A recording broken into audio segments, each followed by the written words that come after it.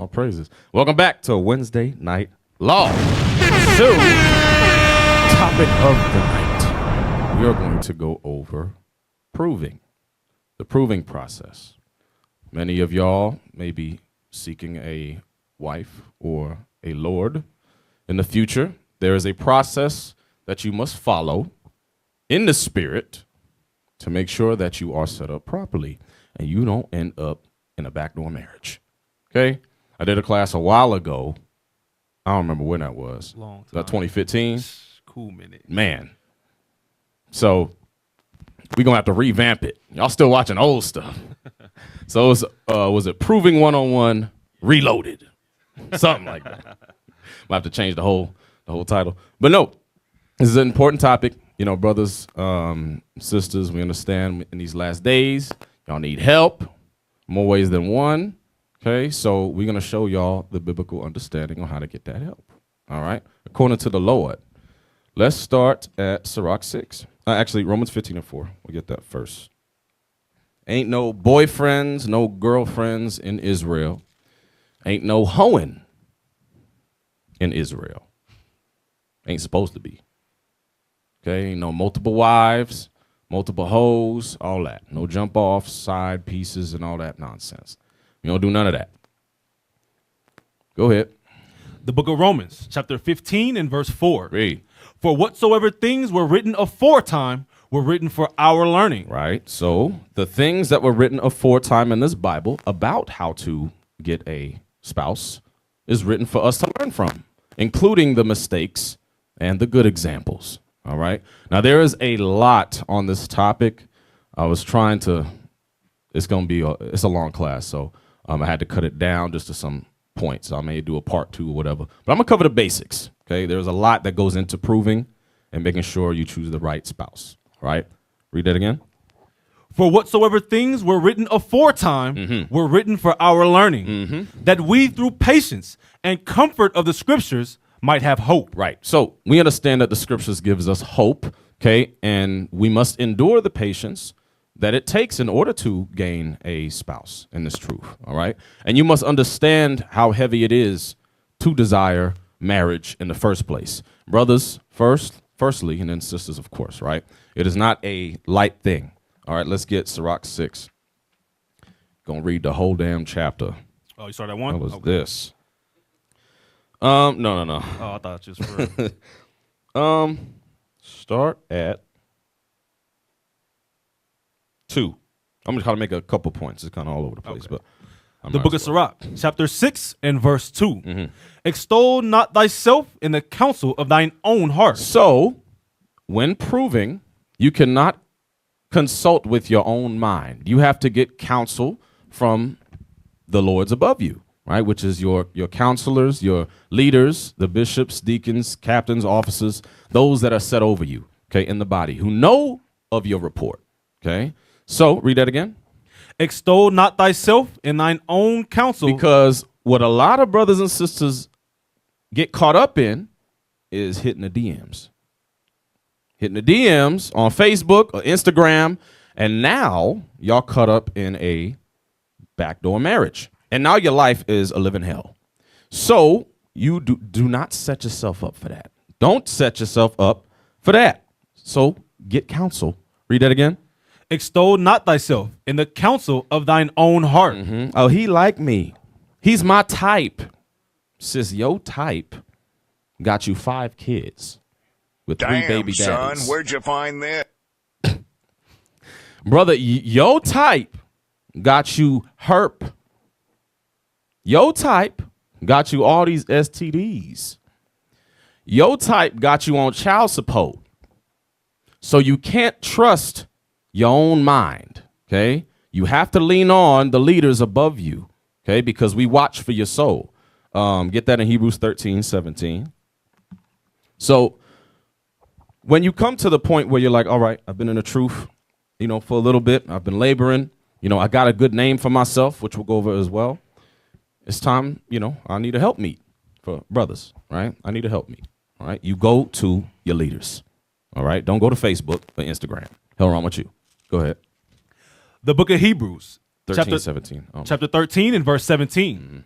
Obey them that have the rule over you, Right. and submit yourselves, for they watch for your souls as they that must give account, that they may do it with joy, Right. and not with grief. Okay. Start from the top. The book of Hebrews, chapter 13 and verse 7. Obey them that have the rule over you. 7 is amazing. 17. Yeah. 17. We appreciate you. Obey them that have the rule over you, Okay. Come on. and submit yourselves. So you have to first and foremost have a sense of humbleness about you to be able to submit yourself below the order of the men that were set above you to assist you in this walk. It's not easy, right? You get trapped up in the wrong way because you're doing it your own self, right? Read. For they watch for your souls. And that's what's important to know is we have a big job because we are in charge of the souls of the body. We watch for y'all. We want to make sure that we all get to the kingdom of heaven. That's the whole goal. We want to make sure you don't go astray. You don't follow the wrong counsel, right? You get caught up in your own mind. Okay, read. As they that must give account. There you go. Our job, because guess what? When the end comes, we're going to have to give account of every soul in these doors. Okay, and did you give the right counsel? Did you give the wrong counsel? This is why leadership is a weighty matter. It's very, very heavy. Read. That they may do it with joy. But we want to be able to do it with joy because you followed the counsel, right? You didn't do it backdoor. You didn't do your own thing, right? Read. And not with grief. Not with grief, because now you didn't follow the counsel and you ended up doing it your own way. And now you got a backdoor marriage. And now your life's to live in hell. And it's really up to the Lord whether he wants to have mercy on that backdoor marriage or not. I'm going to be honest with you. But when you go directly against the leaders and their counsel, that house is cursed. That house is cursed. Unless you come with some sincere, how you say, godly sorrow. Okay? So don't set yourself up for that. That's the point. Now go back. Oh, no. Read the rest of it. For that is, yeah. For that is unprofitable for you. Yeah, that's the point. It's unprofitable for you to go do a proven process just for you to fall into a backdoor marriage. And now your life's a living hell. Now she take you for everything you got because you thought you had a righteous woman. Or he end up hurting you, killing you. We've heard a lot of stories here.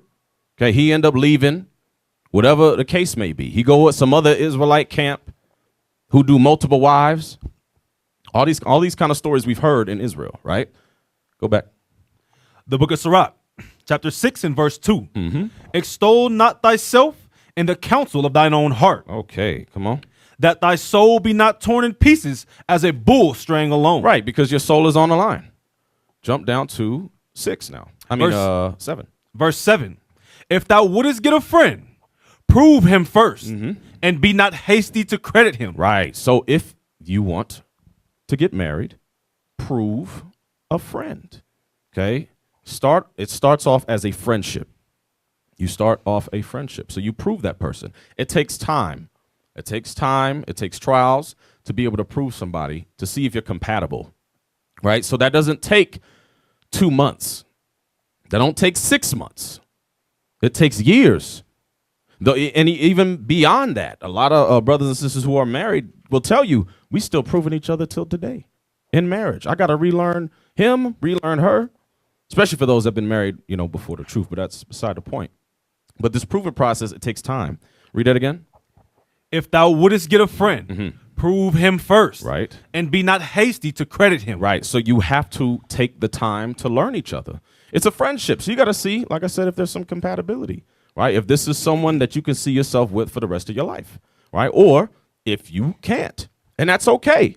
There's no, and the mistake a lot of brothers and sisters make is they get all butterflied too early. So now they tied together and they like, it's all this pressure. It's like, we get married, right? We only a month in, bro. Congratulations, you played yourself. Damn. So now there's all this pressure in a relationship. It's like, no, we just having fun right now. Just get to know each other, right? And if they have a father in the truth, because they do have fathers in the truth ultimately, but blood fathers, okay? There is a certain dynamic that's there versus ones that may not have blood fathers in the truth, okay? But you have the leadership there in place of the fathers Give me that and and treat him as a father. What was that? First Timothy's 5:1. There you go. So now if they do have a father, okay, your job is not to just be blasting scriptures all day at the sister. All right, what does this mean, sis? What does this mean? I'm going to test you tomorrow. Bro, it's been 2 weeks. It's been 2 weeks. I'm going to send you this test. What scripture is this? Break down Daniel 7. Break down the book of Revelations. You ain't get it? Bishop already went over. You didn't get that, sister? Oh, you out the spirit. What? Bruh, relax, man. And that goes both ways, whether it's, she has a Lord at home, which is a father, then let him deal with that, right? But there is a time, y'all do want to have a scriptural backing, obviously, right? But there's a way to do it properly, okay? God, bro, this is crazy. Go ahead. The book of 1 Timothy, chapter 5 and verse 1. Mm-hmm.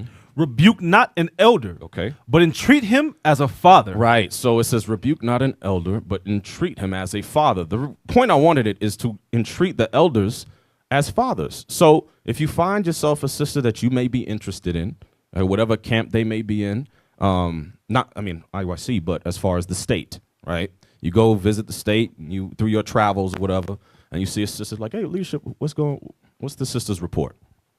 Is she of good report in the first place? That's the first prerequisite. Is she of good report or is he of good report? That's the first thing that you should be worried about, right? A man of understanding, a sister of understanding, right? Then you can proceed further to see if there's some compatibility there. And they'll tell you, nah, that ain't for you, bro. Nah, that ain't you. That ain't your shoe size, bro. You got to try again. Nah, bro. She 4'1", 100, and you 400 pounds. And you 5'2". Don't do that. That don't look right. So that's another thing. You got to know yourself. You got to know your shoe size. All right. If it don't add up, it don't make sense. Okay. You 20 years old and you want somebody that's 40 years old with 5 kids. Don't do it. Don't do it. You gonna set yourself up? Go ahead. Read that again.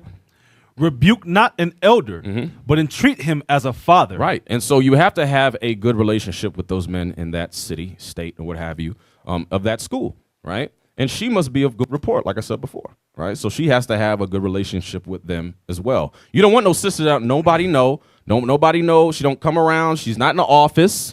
Things like that. These are the things that you look for. She's always on Facebook, always got a picture on Facebook or whatever, looking for some validation. Okay, these are the things that you want to look out for. Red flags, brothers. All right? Read. Oh, that was it, right? Yes, sir. Go back. Back to verse 7. Mm-hmm. The book of Sirach, chapter 6 and verse 7. Mm-hmm. If thou wouldest get a friend, prove him first, and be not hasty to credit him. Right. So it says, be not hasty to credit him or her, which is why I said it does not take 6 months for you to want to be married. Okay? It takes a little longer than that. And it's really like maybe 2-3 years. That first year, and it depends on proximity, which is why I say that. Some people are in the same state. Some are long distance. So it may be a different dynamic. But you should use that first year. All right, let me get the representative out the way. All right. That's cute. All right, I got it. But now that second year, okay, now I see you. Now I get who you are. All right. I can see through whatever representative. Everybody got that representative spirit, right? It's not like you're trying to do it on purpose, but now you're more relaxed. You've learned about each other a little bit more. You're a little bit more comfortable, and now the real person comes out, right? And then that third year is like, all right, we can do this, right? Now, keep in mind, I'm not saying it takes men 3 years to decide, okay? Men, we kind of know spiritually. Give me that 1 John 4. 1 John 4 and 1. The book of 1 John 4 and the book of 1 1. John, chapter 4 and verse 1. Beloved, believe not every spirit, but try the spirits, whether they are of God. And this is what you have to do while you prove. You must be looking at how the sister moves, okay? And how does the brother move? Is this a brother of good report? Is this sister one of understanding? Is she kind? Is she harsh? Does she got an attitude problem?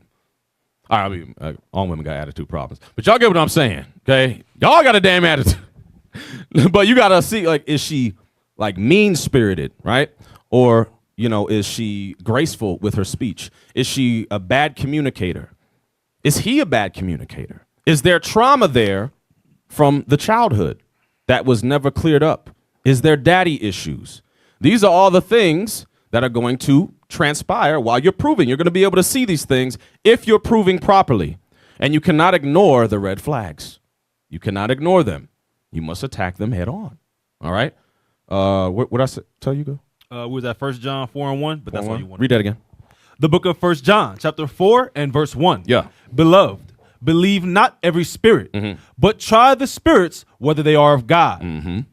Because many false prophets are going out into the world. Yeah, listen, a lot of y'all got to prove the spirit to make sure that they are of God. A lot of sisters have been tricked up into some demon, brothers too, okay, because sisters had a big butt and a smile, brothers had the big foot. Hell is this? And now you back in the world because you weren't proven properly. You weren't trying the spirit by the Spirit of God. You were all googly-eyed during the proving process. You weren't asking the proper questions. And that's another thing. You must ask the proper questions. Message. Now, like I said, it is developing some sort of friendship, of course, right? See if there's some compatibility there. Do we enjoy each other's company? Things like that, right? But then you got to start asking some questions. Like, let's say, let me get an example. Funds. Now, this is a little bit farther into the proving process. How do you think about the, bank accounts, and how does the money going to work in the household? How do you deal with anger? How do you deal with confrontation? Are you a good communicator, or are you a bad communicator? These are the questions that y'all have to ask. And eventually, before y'all tie the knot, what's your credit score? Do you got some debts? Because I'm finna come up in here and I got to take up on those debts too, right? So these are a lot of responsible questions that you ask. And like I said, there's a timeline for it. It ain't you 2 weeks in, what's your credit score? Hell wrong with you. He black. So how many credit cards you got? You got a little Dillard's, Chase? What's your limit? Amazing. Like there is a time and a place, which is why you get counsel to make sure, hey, what should we be talking about right now, right? What should we be talking about? You end up having a damn 200 milk precept test with the sister 2 weeks in. What? The hell? You will live in hell. Read that again. Book of 1 John, chapter 4 and verse 1. Beloved, believe not every spirit, but try the spirits whether they are of God. Right. Because many false prophets are going out into the world. And this is important because not only, and I'm not saying for you to take 2 years, 3 years, get counsel, right? There's nuance and everything in counsel and all that, right? But that also shows endurance and patience as well, because you're going through your trials as a single sister. He's going through his trials as a single brother, leading the congregation, what have you. So y'all are enduring through that time. That builds character as well, which is important. So you can kind of see if this person gonna last, right? Not you get someone that just came through the door. They've been here for 3 months. You trying to hop on them. No, that don't make sense. That don't add up. You got to let the lust go so you can grow. Let the lust go so that you can grow. Right. There's a bomb. Isn't that amazing? Good bombs in here. Read it again. Beloved. Is we still at 1 John? Yes, sir. Amazing. 3 hours later. Go ahead. Beloved, believe not every spirit. Yeah. But try the spirits whether they are of God. Because many false prophets are going out into the world. Right. Y'all get the point now. Give me Sirach 6 again. So you have to try the spirit to see if they are of God, to see if they're going to last. Read. We were last at 7.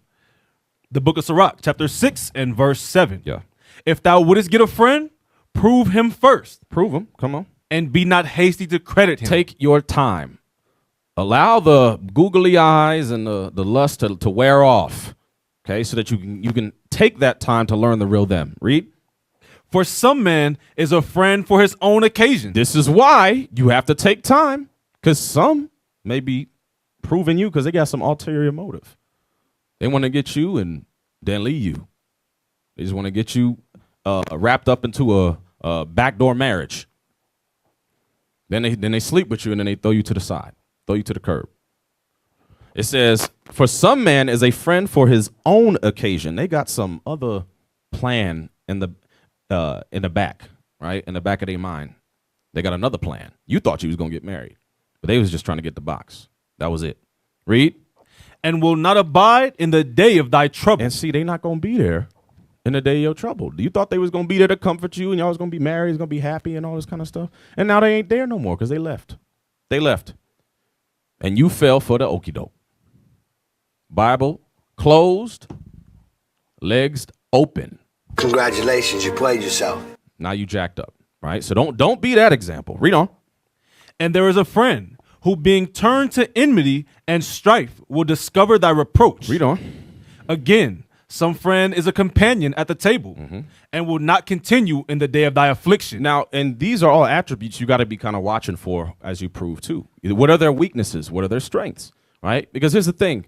We all got issues, things that we deal with, right? So it's not like, oh, this brother, he's not rolling like Christ. We're like, no, come on.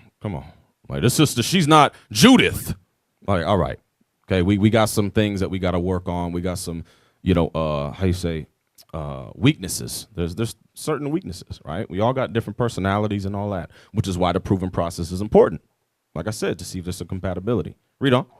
But in thy prosperity, he will be as thyself. Right. Come on. And will be bold over thy servants. Jump down to 14. Verse 14. A faithful friend is a strong defense. And he that hath found such an one hath found a treasure. Read it again. A faithful friend is a strong defense. Because this is the fruits of proving that friend and not being hasty to credit them. Because if you take the time to prove and maybe a couple years or whatever leadership says, and then you have a good marriage. And now you've built a strong defense. Now you have something to build on. Read that again. A faithful friend is a strong defense. And he that hath found such an one hath found a treasure. That's right. And that's how important it is. And that relationship between man and wife is very, very important, which is why, give me that in Sirach 25:1, why the Lord said this. That relationship between husband and wife is very, very important, mainly because it represents the nation of Israel, right? The husband represents Christ, the wife, the nation of Israel, right? Which is why it's such a weighty matter, which is why brothers need to understand what you're getting into when you talk about you want to be married, okay? Put the lust aside, okay? Come on. The book of Sirach, chapter 25 and verse 1. In three things I was beautified and stood up beautiful both before God and men. Read. The unity of brethren. The Lord loves these three things. He says the unity of brethren. The love of neighbors. The love of your nation. Read. A man and a wife that agree together. And a man and a wife that agree together. And that all goes into unity. And a man and a wife that agree together, that takes time. That takes a lot of time. And even past proving, right? Even past the proving stage. It takes time to build that unity to bring two spirits into one. Y'all understand? Go back now. You want to start at 14 again or you want 15? 14. The book of Sirach, chapter 6 and verse 14. A faithful friend is a strong defense. And he that hath found such an one hath found a treasure. Right. Come on. Nothing doth countervail a faithful friend. Yeah. And his excellency is invaluable. Read. A faithful friend is the medicine of life. Damn. What's the faithful friend? The medicine of life. Wow. Come on. And they that fear the Lord shall find him. Right. So that's how important a friend is. Now we use this for, just regular friends, that context. But this goes into you proving a friend as well into marriage. Because your wife should be your friend. There should be a friendship there. Right? Read. Whoso feareth the Lord shall direct his friendship aright. That's the point. The point is we want to make sure that y'all direct the friendship aright. Direct that proving process aright. Taking your time, right, and counsel. Read. For as he is, so shall his neighbor be also. My son, gather instruction from thy youth up. So shalt thou find wisdom to thine old age. All right, now go to 1 Corinthians 7.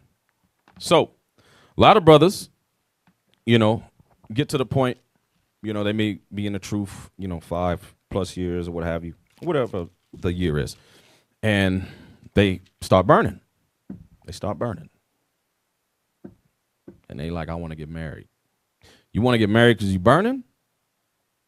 Or you ready to build a nation? You ready to rule your household? You ready for that responsibility? It is not easy, y'all. When all the fireworks is gone, you got the wedding night, the honeymoon, all right, couple years of the fireworks. Okay, when that stuff dies down, what else you got? What you got left? But if you ain't got no substance in the relationship because you weren't worried about that, you was worried about getting your rocks off. And now reality hit, that post-nut clarity hit, and now you stuck. Like, oh, shoot. Who were you? I thought we proved, right? We was proving. The hell? So you have to take the time. You got to take that time. Read again. You want verse 9 in Corinthians? Yeah. What? Corinthians, you want verse 9? You just said 7. Oh, no, 7 and 2. 7 and 2. Okay. The book of 1 Corinthians, chapter 7 and verse 2.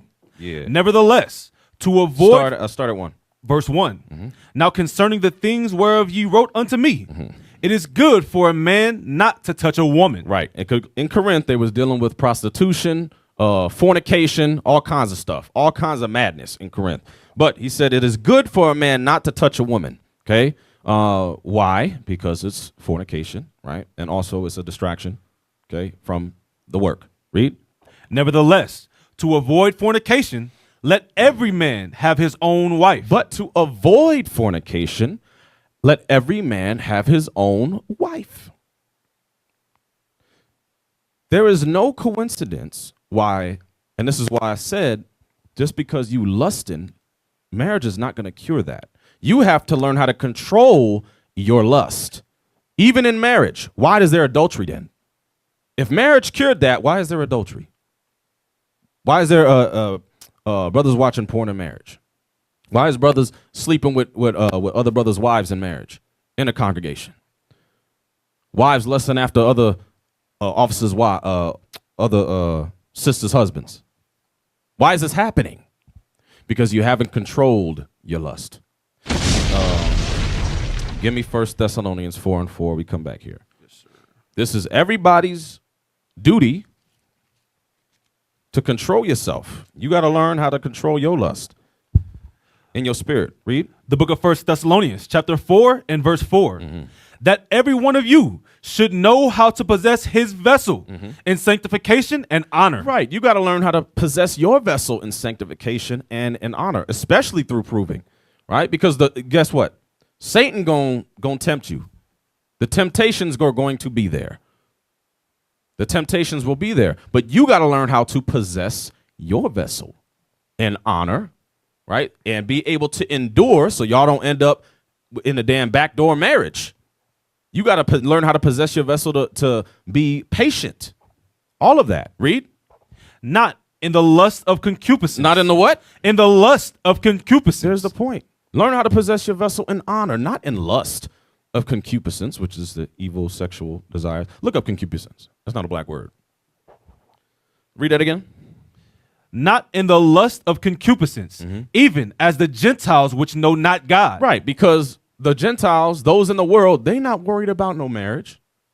How many of y'all family members y'all know that been together for like 10 plus years, ain't been engaged for 10 plus years, ain't never getting married? You see, we all got somebody in the damn family. Y'all, you talking about you 91 and y'all finally proposed? I be looking at them dumb things on TikTok, whatever. And like, oh, they finally got married after 25 years being together. It's so beautiful. I'm like, what were they doing for 25 years? The hell is this? They've been engaged for 25 years. He about to die, and he getting married now. Come on, man. Oh man, I'm like, y'all crazy. But this is the stuff that we see in the world. They're not worried about the responsibility of signing the papers and a legal binding document. They're not worried about none of that, right? This is why I understand why some BHI be putting a crayon on a napkin talking about we married. This is the marriage certificate on a napkin. Napkin is crazy. This is between me, you, and the Lord, sister. Stop falling for this stuff, man. Go ahead. Oh, you got it? Go ahead. The hell? Was that a new soundbite?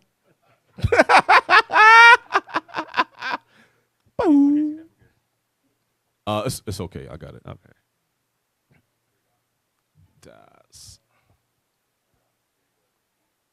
All right. Concupiscence, strong desire, sexual desire. Okay, strong sexual desire. All right, read it again.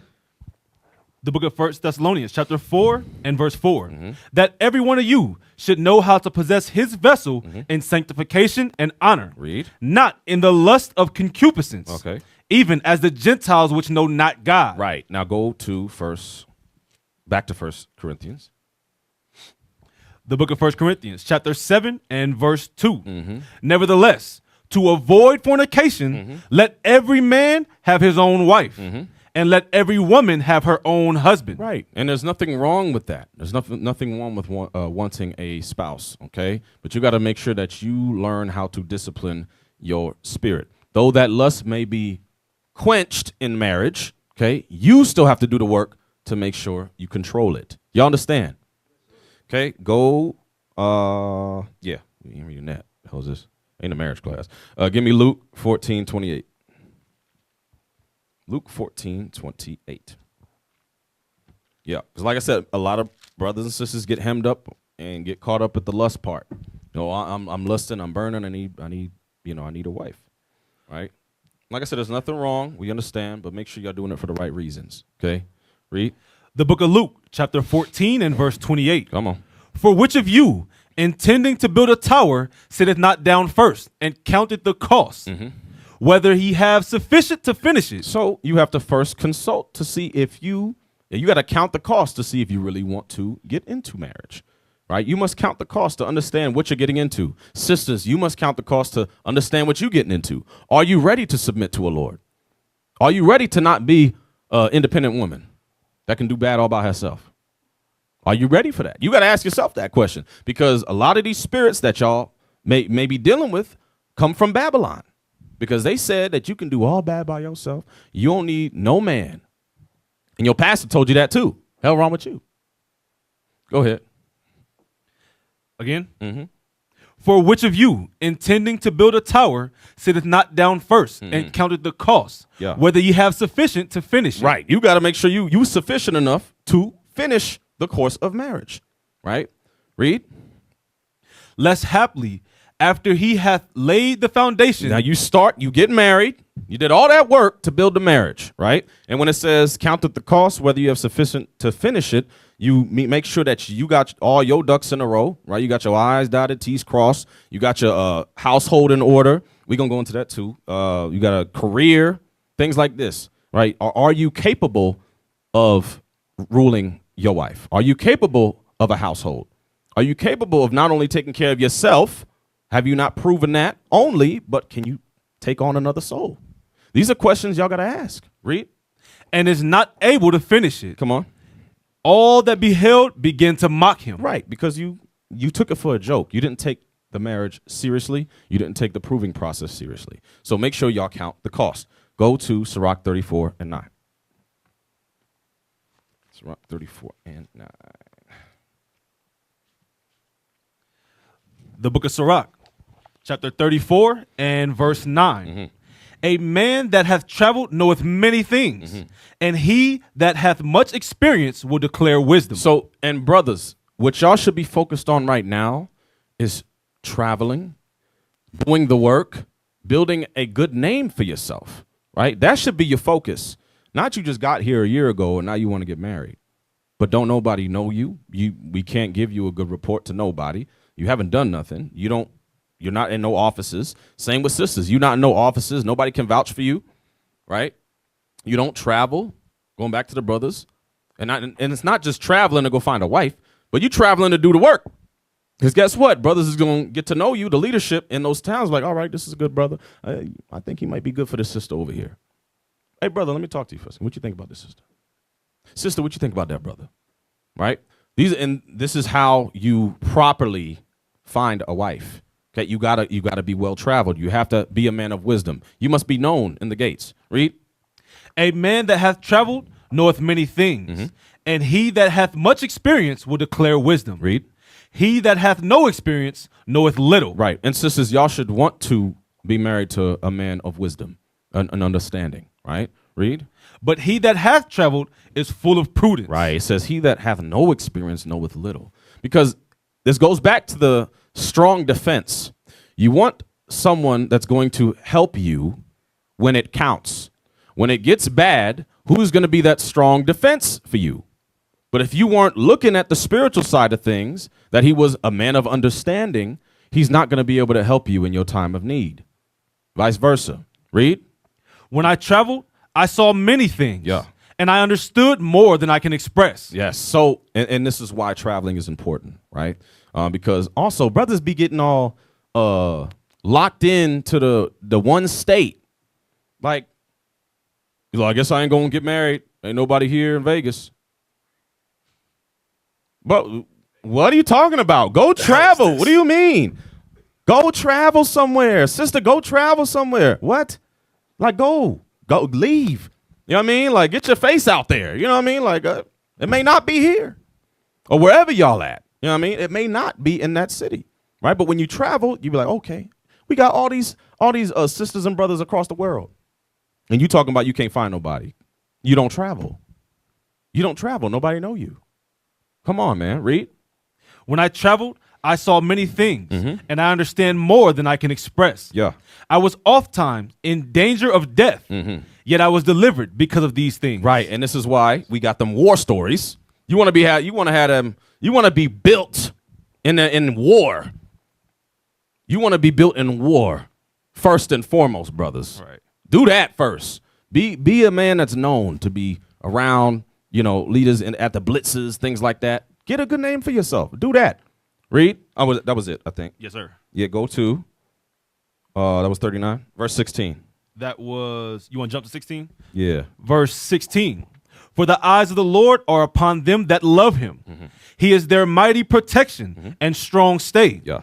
A defense from heat and a cover from the sun at noon. A preservation from stumbling and help from falling. Right. So, and that's first and foremost what we should be focused on is making sure that we have the Lord in mind.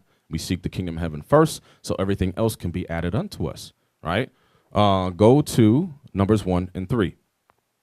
Numbers 1 and 3. Now, what age should a young man be looking for a wife? The book of Numbers. Possibly. Okay. This is just a number, but let's see what the scriptures say. The book of Numbers, chapter 1 and verse 3.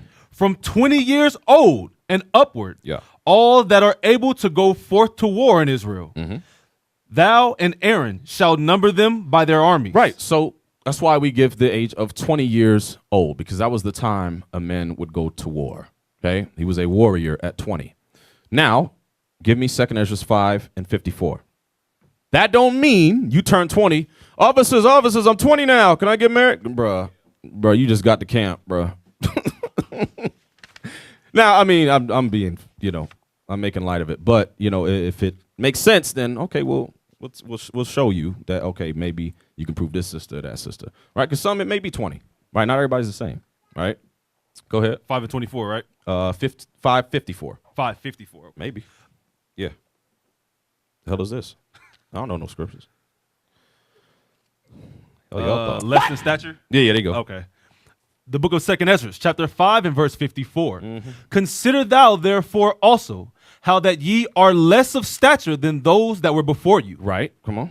And so are they that come after you less than ye. As the creatures which now begin to be old and have passed over the strength of youth. Why did I pull that scripture to correlate with Numbers 1 and 3? Why did I bring that out, Officer Elijah? What was my point? What did Numbers say, and why did I go here? It was saying that because back then they was on another level. Yeah. Like men, they was like raised to take on careers at age 13. So they was already being groomed way before they became 20. Right. But now it's not like that. Yeah, it's different. It's a very different society. I mean, y'all see what's going on just on social media alone. The type of quality of man that's being built here in Babylon is crazy. A 30-year-old is acting like a 15-year-old, 20-year-old. Shoot, 40. So, which is why it's more than just the age too, right? Because some are more mature than others. So you got to look for that spiritual maturity as well, and not just off the number. Oh, they 20. All right, they ready. But the maturity level is not there, right? You can tell if a brother desires marriage and if a sister desires marriage. You can tell spiritually, okay? And you can tell if they don't, and they just kind of like trying it out. You can tell, which is why you got to be mindful of that. Where was he at? Read that again, 54. Book of 2nd Ezra, chapter 5 and verse 54. Consider thou therefore also how that ye are less of stature than those that were before you. Okay, so we are of less stature than those that are before us. It's a different type of man back then, okay? So we have to make sure that we build ourselves up to be that type of man, right? And this is why the scriptures was given us today. We are not regular men, brothers. Y'all understand? We ain't regular men, Right. okay? But these men out here, in these streets, they crazy. Okay, they just different, immature. They don't want no responsibility. Out here just sleeping with whoever they want to stick their rod in, and that's it. Just leave you with a couple babies and leave you. You can't even find him for child support because he locked the hell up or dead. This is all the stuff we deal in our community. This is what we deal with in our community. So we got to change it. We got to be the change that we want to see. Go to 1 Thessalonians. 2 Thessalonians 3 and 10. 2 Thessalonians 3 and 10. So, first and foremost, everything's first and foremost. I think I said that like 3 times. Second and foremost, you know how people just be saying stuff? First and foremost, well, you said that 12 times, officer. 12th and foremost. So, another important thing I'll say is you got to make sure that you right, brothers. You got your stuff in order. Sisters too, in a different sense. But y'all got to make sure you got your stuff in order, brothers. Is you in order? Is you or is you ain't? Do you got a job? How about, can we start there? Do you got a crib? I ain't talking about no baby crib. Y'all knew that, but stupid. It's such a stupid comment. But read that again. The book of 2 Thessalonians, chapter 3 and verse 10. Yeah. For even when we were with you, this we commanded you. Read. That if any would not work, neither should he eat. Get a damn job. Get a job. And here's the thing, and this is why it goes back to that numbers less than stature. It takes a little time and this is why I suggest, brothers take the time in their 20s to really find out what they want to do as far as a career-wise, so that you can have a solid foundation so that you're able to keep the preeminence, even in a financial sense, right?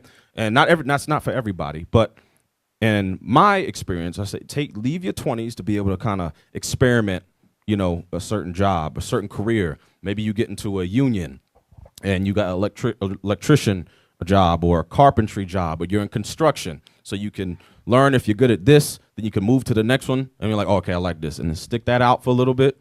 Okay, you get good at that. 10 years down the line, you good.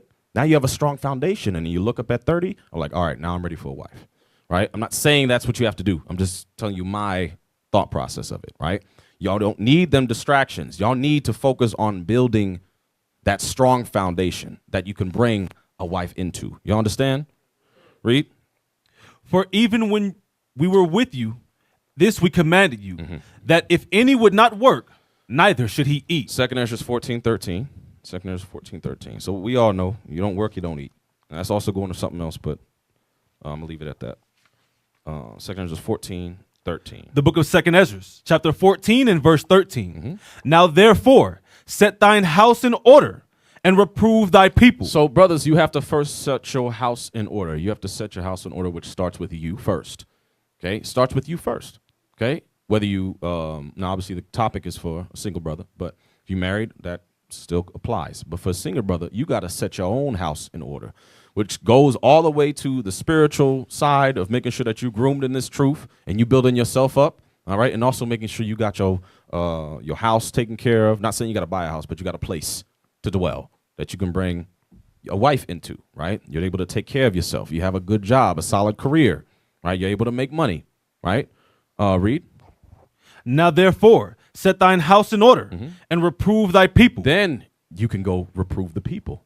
Then you can go out to camp and start correcting. Then you can get a wife and start building her up and correcting her, right? Because if you don't know, if you're not a scripturally sound brother, if you don't have that wisdom and understanding, you can't teach yourself. How you going to teach her, right? You got to be built. That's why it's more to it than just slamming, and that's it.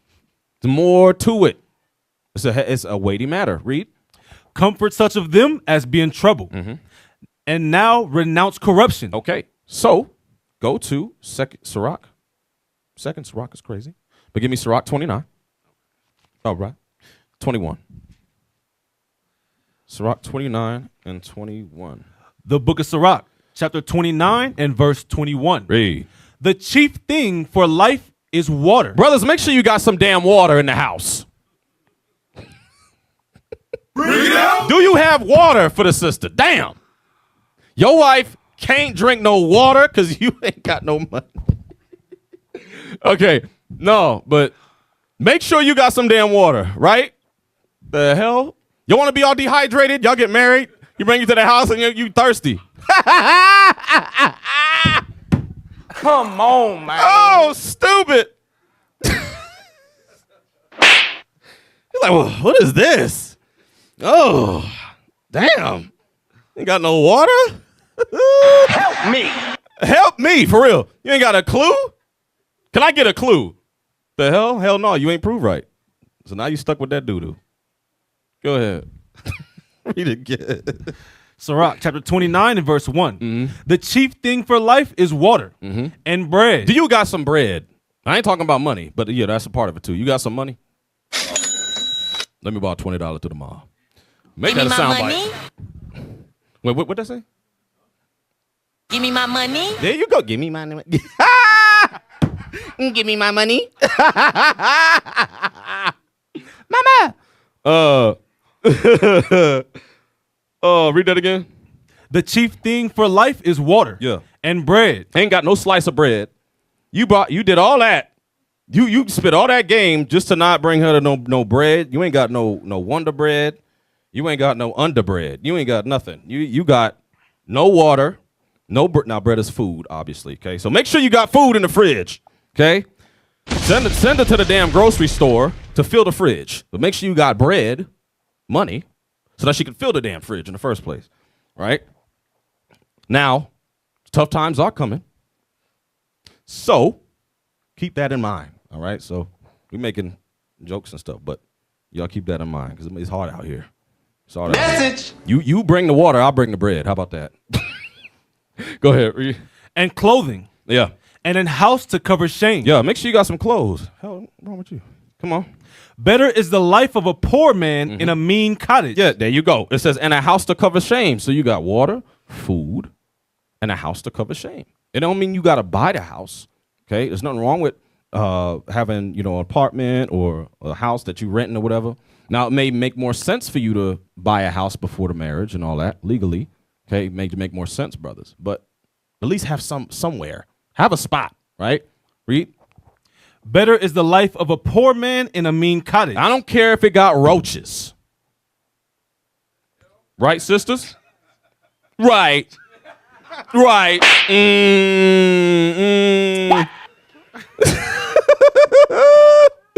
I don't care if it got damn rat holes in that mug.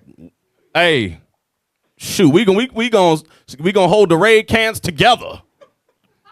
Hey, Bishop will tell you when they started him and Mother Shamara, he said there was rats, all that kind of stuff. But he had a penny, she had a penny. They put their pennies together, okay. And now look at them, right? So it may be that is what it is. But these are the questions y'all have to ask during the proving process. Okay. Brother FaceTiming like this. You just see the ceiling the whole time? Come on, man. I mean, there is a difference between, because, we don't give a damn. I'm going to be honest with you. I'm throwing shit over there and all over the damn place. So, but there has to be, y'all understand. Y'all get what I'm saying, all right? The hell wrong with y'all? But it says, better is the life of a poor man in a mean cottage than what? Than delicate fare in another man's house. Right. You in another man's house. You hopping from this house to this house. Ain't got no place to be. You ain't even paying rent. You just there. Yeah, I pay the light bill. Bruh. The light bill's $50. You can't pay the damn energy bill. Can you give me something else? Bruh, paying $50 for the whole month? Come on, bruh. You're like, all right, let me just go check with this other brother, see if he'll keep me there. Damn. Don't be like that. Hell wrong with you? Read that again. I'll go to this next brother. That's crazy. Yeah. Oh, okay. I can't pay $50. All right. I'm going to this next brother. I'll stay at his couch. The hell is this? Hey, listen. Brothers got that mentality. Some brothers got that mentality. Y'all got to be mindful. Sisters too. Sisters too. Read. Better is the life of a poor man in a mean cottage than delicate fare in another man's house. There you go. So get you a place. It don't matter what it is. Just get something. Right. And then you'll build on it. Right. You'll build on it. Y'all be able to put your pieces together, right, and get something better maybe, right? If the Lord bless you. Go ahead. Be it little or much, hold thee content. That's the point, especially in these last days. Sisters, we know y'all want a lot. Y'all want that American dream. It ain't gonna happen. But we have to learn to be content. There's nothing wrong with wanting better for you. Y'all get what I'm saying. There's nothing wrong with wanting better and having some sort of life and, money and all that kind of stuff. But with whatever you got, make sure you hold yourself contented. Okay? That don't mean, brothers, you stay at McDonald's for 20 years. Talking about I'm retired. 25 years making $8 an hour is not going to work. I'm not saying working at McDonald's is wrong. I'm just saying you have to want and desire better for yourself as well. Brothers, y'all got to level up. Okay? Y'all got to level up. Sisters got to level up too. Come on. That thou hear not the reproach of thy house. For it is a miserable life to go from house to house. For where thou art a stranger, thou darest not open thy mouth. Right, you got issues. You can't say nothing. You ain't got no rule over that house. You ain't paying. You ain't put in on this man. You ain't put nothing in on this house, and you trying to speak about the lights out. Can we get something? Can we get something for that? We got ants over here. Can you go buy this? I don't know why you always coming here late after work, but you ain't my wife. What? First of all, you ain't got no job. You can't say nothing. You ain't put in on this man. You can't say nothing. So you don't want to be in that environment. You don't want to be in that environment. So y'all got to get yourself your own spot. Y'all understand? God, read. Thou shalt entertain and feast and have no thanks. Right. The hell? Moreover, thou shalt hear bitter words. Right, because don't nobody want you around no more. Get a job. The hell? Been 2 years, brother. You ain't get a job yet? Come on. Come, thou stranger, and furnish a table, and feed me of that thou hast already. Whew, y'all get the point. All right. So make sure you got your stuff in order, brothers. That was Sirach. Give me 1 Corinthians 30. Nope. No. Sirach 36:24. So during the proving process, brothers, you got to make sure you're able to handle those things, right? Can you have a house to cover shame? Food, water. Can you provide for yourself? Can you make money, right? The scripture says wisdom is a defense. Money is a defense. Yes. Money is a defense, right? But first and foremost, the wisdom of money is a defense as well. Making sure you are well versed with finances. That's another thing you must find out before marriage. Are you strong with the finances, or is she stronger with the finances? Okay, and we'll get into that as well, because you have to find strengths and weaknesses, not just with the finances, but you may not be good with it, right? But she may have a strength with it. So you may need her help, even with that. So these are things that you got to kind of work on and think about and ask during the proving process. Read. The book of Sirach, chapter 36 and verse 24. He that getteth a wife beginneth a possession. Yeah. a help like unto himself. That's the point. So you beginneth a possession. You take care of that possession. You make sure it's fed. You make sure it's got a house to cover shame and so on and so forth, right? You make sure it's protected. Protection, provision, right? All of those things, those are very, very important, especially being a prophet, okay? We are men of stature. We are gods, so we got to roll like gods. You understand? So, read that again. He that getteth a wife beginneth a possession. Yeah. A help like unto himself and a pillar of rest. All right, and this is the point, sisters. Y'all got to be a pillar of rest for a God. Y'all must ask yourself, am I a pillar of rest or am I a pillar of stress? You have to look into the mirror, examine yourself. Give me that 1 Corinthians 3:13, 5th. You got to examine yourself. Let's go, both of y'all. You know, men and women, you got to examine yourself. But for the sisters, you must examine your strengths and your weaknesses, even, how do you say it? What is it called? It's not attitude. Characteristics, traits.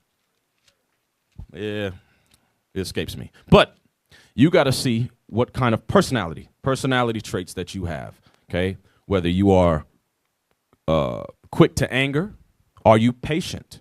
Okay. Do you speak with grace? Are you more abrasive with your speech? Right. And the way that you do that is you are around sisters. You should be around a good amount of sisters that are correcting you. So, hey, sis, you struggle with this, and that. Right. But a husband and a wife, it goes a little bit farther than that type of bond. Right. So there's certain things that, yes, he'll be able to see before that. I mean, more than your sisters will. But that is your first line of defense. Sisters, what do you see in me that I need to work on to prepare for a Lord? So you got this going on with you. You got that, right? And don't wait till it's time. You should be asking those questions before time with your sisters. You understand, sisters? All right, now. Read again. The book of 2 Corinthians, chapter 13 and verse 5. Yeah. Examine yourselves, whether ye be in the faith. Right. Prove your own selves. Know ye not your own selves? Because you know you. And here's the thing. Y'all got to be honest with yourself. Brother, you got to be honest with yourself. Sister, you got to be honest with yourself. What's your strengths? What's your weaknesses? How can she help you, brother? Sister, how can he help you? Do y'all balance each other out? Are you, compatible? Or do your personalities clash? Because these are the first signs of that in the proving process. Because nothing wrong when y'all prove. You just proven you ain't getting married, so you can say no. This ain't gonna work. I don't like that in him or in her. Now she got a bad attitude. She don't listen. She always got an attitude problem. She talk back, right? And it's not like you just see that the first time and you leave. No. You try the spirit. See, hey, sis, you did this. I don't like that. I need you to correct this. If you want this to work, I'm gonna need you to do this, and that, right? Vice versa, right? And then if you see there's some progress, right? Then you're like, okay, maybe I can work with this. But y'all got to make that decision to see, because everybody got something wrong with them, right? So it's not like you looking for ultimate perfection. I'm like, okay, she's got a little bit of this issue, a little bit of that, but I can deal with it, right? Vice versa with the sisters and the brothers, right? Come on. Examine yourselves, whether ye be in the faith. Yeah. Prove your own selves. Know ye not your own selves? How that Jesus Christ is in you, except ye be reprobate. And that's the point, is the Spirit of Christ is supposed to be rolling in both of y'all, right? So we have one common ground, which what makes it easier to find a spouse in this truth. Thank the Lord. Because out in the world, y'all, it's bad out there. I mean, shoot, didn't Judge Joe Mathis just got divorced after 39 years of marriage? What the hell is going on? Is it Judge Joe Mathis? Yes. Getting divorced after, I'm just like, damn. And that was back in the 80s he got married. That's one of the kind of older brothers in the community that we kind of look towards, Like, damn, 39. If it can happen to him, the hell. And I don't mean it's not going to happen in the truth neither. But there's at least a sense of defense there because we have the scriptures, right? But you got to make sure that y'all both rolling in the spirit. These are the things y'all look for, right? Read on. Oh, was that it? Yes, sir. Go back.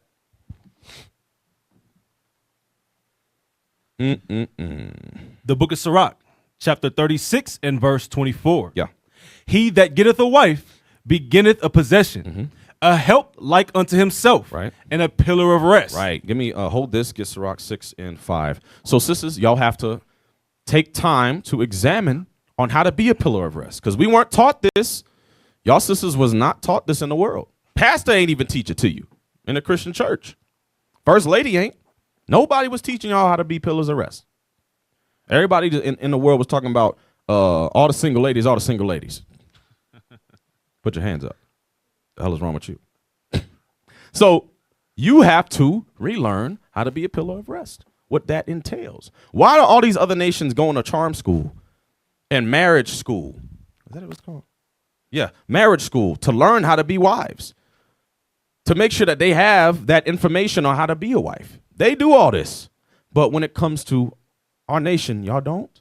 Y'all not even interested in learning how to be a wife. Y'all, these are things that you have to have sincere interest in that too. Read. The book of Sirach, chapter 6 and verse 5. Yeah. Sweet language will multiply friends. There you go. Ain't nothing like a sister that know how to talk. Oh, man. You know how to talk to a man? Shoot. We'll take you to another land. Oh, that was a reach. I was looking something to rhyme. Well, you know, that kind of go. That yeah, a little bit. The hell is this? You know how to speak to a man? We'll take you to another land. Oh, that's terrible. That's terrible. So much corny energy. It's all right. All right. So, but the point is, make sure y'all learn how to speak the right way. Grace, kind. Oh, man. Where is that at? Is that Sirach 25th or something? Yeah, man. Yeah, give me that. Sirach 26 and 14. And, you know, when we watch all these, like on TikTok, y'all see, Instagram, whatever, you see all these shows, these radio shows, podcasts, and they got all the women sitting around, and their brothers be telling them, no, this is what we like. And the sisters just be like, no, that's not what y'all like. Like, what? Why y'all? How you gonna tell us? You gonna tell us, the men, what we like? And this how bad it's gotten. Well, we telling y'all, no, this is what we like. And the sisters just like, no, y'all don't. Sis, are you married? No. Exactly. That's the, you don't know. We telling you as men, this is what we want. Read. You want to start 13? You mentioned the grace. Yeah, give me that. Okay. The All book that. of Sirach, chapter 26 and verse 13. Mm-hmm. The grace of a wife delighteth her husband, and her discretion will fatten his bones. Oh my God. A grace of a wife. You graceful? You know how to move? Give me Proverbs 31. And hold on. Yeah, when you know how to move graceful in a marriage in every way, oh man, sisters, it'll do wonders for you. Give me Proverbs 31. And I'm in Psalms 31. Amazing. Safely trust in her. Give me that one.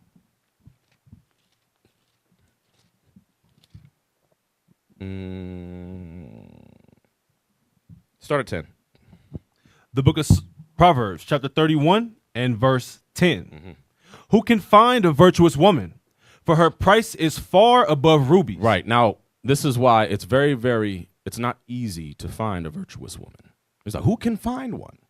In this wicked world, who can find one? It's very hard. But y'all sisters are supposed to be striving to be one. Read. The heart of her husband doth safely trust in her, so that he shall have no need of spoil. Right. We can safely trust in you because we know that you're rolling in the spirit. We know that you're built up. You're graceful in your speech and the way that you move. We're not going to worry about you going out in the world talking with some dude in the DMs or you got a work husband or something. We're not worried about that because you're moving in the right spirit. That's the type of spirit you want to be in when your Lord can trust you. You're like, I ain't worried about nothing because I know my wife going to hold it down. Right? When I'm traveling across seas, I know that she got it. She going to hold it down. She going to find a way to make some more money while I'm gone. And I ain't got to worry about her dealing with no other man. Right? That's the type of spirit y'all want to build. Go back. Where was we at? Sirach? We were at 26 and verse 13. Okay. We just finished 13. Okay, read it again. The book of Sirach, chapter 26 and verse 13. The grace of a wife delighteth her husband, Okay. and her discretion will fatten his bones. A silent and loving woman is a gift of the Lord. That's the point. A silent and loving woman is a gift of the Lord. So these are the attributes you sisters have to cleave to. Learn how to be a silent and loving woman, especially if y'all battle with your argumentative or you have a very negative mindset, right? All of these bad attributes that you may have had because you were maybe raised a certain way or your trauma, whatever it may be. First of all, you should be doing work to heal from your trauma, first and foremost, so you're not projecting on him, right? Read that again. A silent and loving woman is a gift of the Lord. Yeah. And there is nothing so much worth as a mind well instructed. Yes, indeed. Come on. A shamefaced and faithful woman is a double grace. Damn, come on. And her content mind Continent. and her continent mind cannot be valued. Right. This is a shamefaced and a faithful woman because we can trust that you're not in men's faces. You're not all out in the streets, all that kind of stuff. We know that you're going to be coming home to me. That's it. Right. But you have to be able to build those attributes. Go from there to 1 Corinthians 13 and 11. 1 Corinthians 13 and 11. The book of 1 Corinthians, chapter 13 and verse 11. Yeah. When I was a child, I spake as a child. Brothers. I understood as a child. I thought as a child. Okay. But when I became a man, Brothers, when you became a man, I put away childish things. y'all got to grow up. When you decide that you're ready for a wife, brothers, you have to grow up. You must increase in learning. You must mature in your mind and your spirit, right? You have to grow up. You must become a man. Give me that in 1 Samuel. Change into another man. Was that it?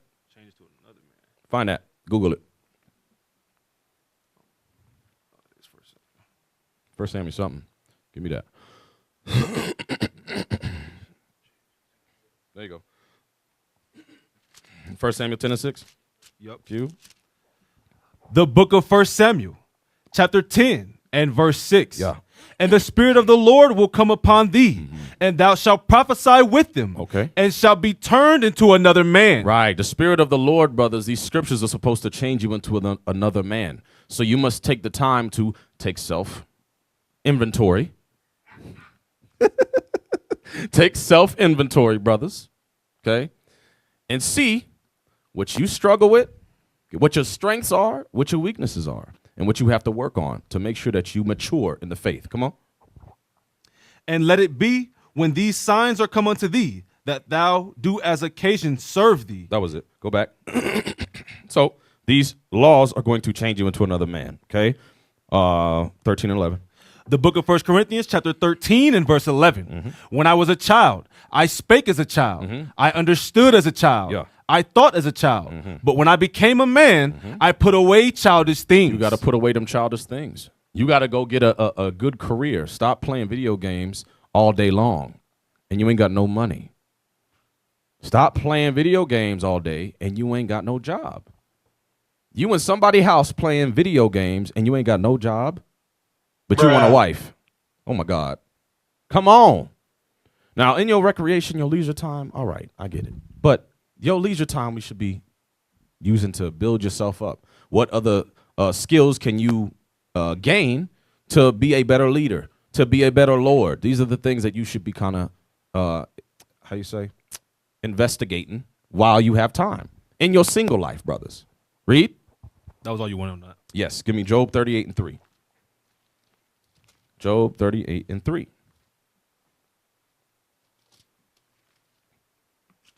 The book of Job, chapter 38 and verse 3. Yeah.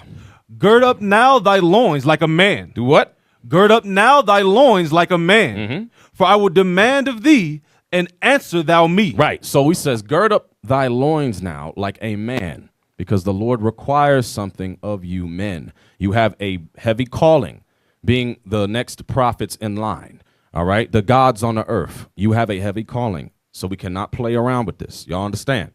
Go to 1 Peter 1 and 13. 1 Peter 1 13. The book of 1 Peter, chapter 1 and verse 13. Wherefore, gird up the loins of your mind. Right. So gird up the loins of your mind. That's the point. How do we do that? With the scriptures. How else? Getting counsel by godly men who have been there and have the experience of getting a wife. right? They have the experience of that, so they can counsel you. This is what you do. This is what you don't do. How do you prove properly? This is what you do. This is what you don't do, right? Now, was that it? The rest of it you don't really want for No, now. all right. Genesis 2:18. Genesis 2:18. Kind of read this already in Sirach, but I want it again. The book Marriage of was Genesis. instituted. Marriage was instituted in Genesis, in the Beninging. Okay, in the Beninging was when marriage was instituted. In the Go ahead, read it. The book of Genesis, chapter 2 and verse 18. And the Lord God said, "It is not good that man should be alone." Right, because so we know, brothers, it's hard out there. Okay, to be alone, we understand. You may want a wife to help you. You know, you want to build a strong foundation, a strong family, all that kind of stuff. We get it. Okay, so read it again. And the Lord God said, "It is not good that man should be alone. I will make him an help meet for him." Right, come on. And out of the ground the Lord God formed every beast of the field. So he says, I will make a helpmeet for him, right? So you sisters, y'all are supposed to be that helpmeet. So sisters, y'all have to meditate on those attributes of being a helpmeet as well. What does that entail? Okay, so that your ego doesn't get in the way, right? When it's time to be that helpmeet, okay? Go to Tobit 8 and 6. Tobit 8 and 6. Helpmeet. Helpmeet. Tobit 8 and verse 6. The book of Tobit, chapter 8 and verse 6. Thou madest Adam and gavest him Eve his wife for an helper and stay. Right. Of them came mankind. Thou hast said, "It is not good that man should be alone." So, and this is the heavy part of marriage. It says, from him, Adam and Eve, came mankind because they populated the earth. But this is, now it's not on that level because obviously that was a little bit more. But even today, the strong nation starts with a strong marriage, right? So that marriage represents the nation. So if the next generation is coming through your marriage, right, through conception, right, all that, you got to make sure that you are able to and equipped to teach them, to instruct them in righteousness, to be able to build that nation according to God's word. That's the heavy matter of marriage. That's why it says, read that again. Thou madest Adam and gavest him Eve his wife for an helper and stay. Yeah. Of them came mankind. Thou hast said, "It is not good that man should be alone." So if you take the thought process of mankind, a whole nation is going to come through y'all. How much more heavy is marriage then? So y'all should be rolling in that type of spirit. Read. Let us make unto him an aid like unto himself. Right. You have to an aid like unto himself. There are some characteristics that y'all should be, all right, we kind of like the same. Okay. We have how you said these in we have these two characteristics in common. There you go. We have these characteristics in common. Hey, he funny. She funny. Oh man. All right. He got good communication. I got communication. I'm struggling a little bit on communication, but he balances me out. Okay. He's able to correct me and get me right on the right path because I may be struggling with that communication. So it's not going to be everything y'all going to like. But sisters, y'all should be able to show some type of interest. Y'all should be able to show interest to the man that you want to be your Lord and you're proving to be your Lord. If you see that, all right, this is someone I can see myself with, you should be showing interest into things that he like, right? That makes sense, sisters? Okay, you got to see what he like, right? Some sisters, well, I don't like that. I don't know about that. I don't know. Okay, well, even if you don't like it, how about learn? It might help you. You might get married. He might not dump you. So, there's this thing in the world, and brothers was like, my wife, she don't like to watch football or whatever, right? But as they got married and they learned each other, she's learned to watch football, learn all the names of the teams and all this kind of stuff, and learn who coming over for the game and making all the snacks and all this kind of stuff to make that an easy environment for him. Now, we know we're not, doing all that, but that same, you can still use that example to be like, all right, let me find out what he's interested in so I can be more of a help to him, right? Read.